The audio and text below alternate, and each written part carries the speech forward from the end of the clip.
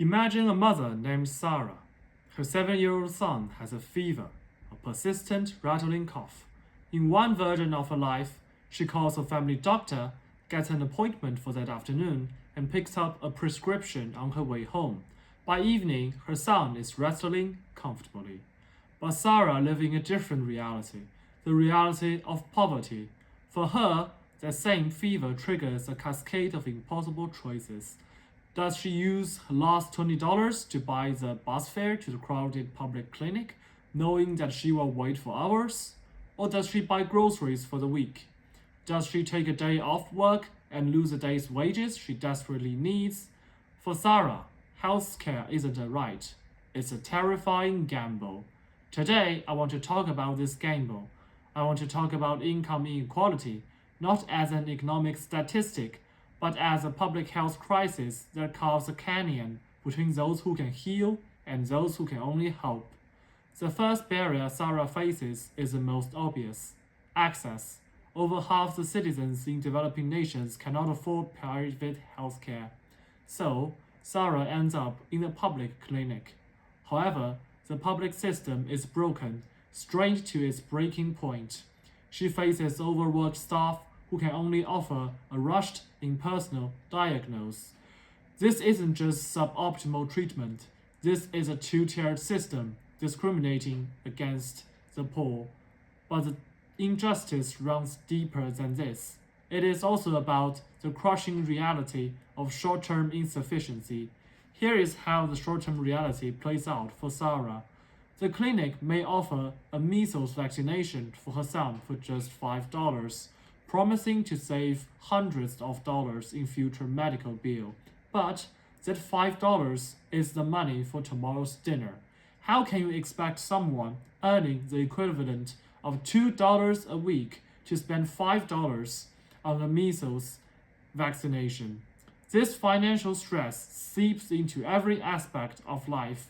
Economist Axel Duflo finds out that the poor spend more than 10% of their money on sugar food.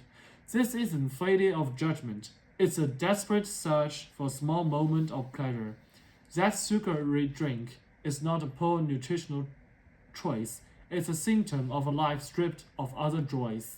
This inability to invest in long-term health means that the health gap between the poor and the rich exists and widens every year. Finally, poverty erodes the thing that healthcare absolutely rely upon: trust.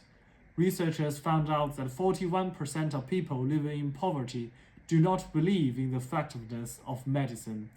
Can we truly blame them when they have only experienced a healthcare system that treats them like a number, when every promise of a better future from politicians is broken and they see no road to economic prosperity?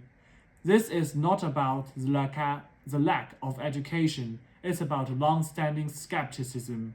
It's deep-seated distrust in a system that consistently fails them. When you lose faith in the system, you lose faith in the science it promotes.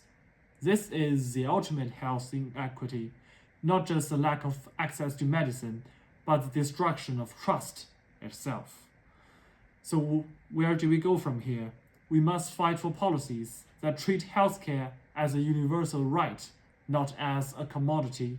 We should promote policies like universal healthcare and minimum income guarantees that lift people out of the poverty trap. Change can also start small. High school students like us can volunteer at free clinics. We can organize workshops in our communities on health literacy. We can use social media to amplify the stories of the poor to raise awareness about the health inequity.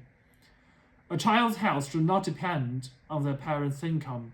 A fever should be a simple medical issue, not the start of a financial crisis. The health of our society is only as strong as its most vulnerable members. So let's work to build a world where a member like Sarah never has to choose between her son's health and their next meal. Let's build a world where the size of your bank account does not determine the length of your life. Thank you.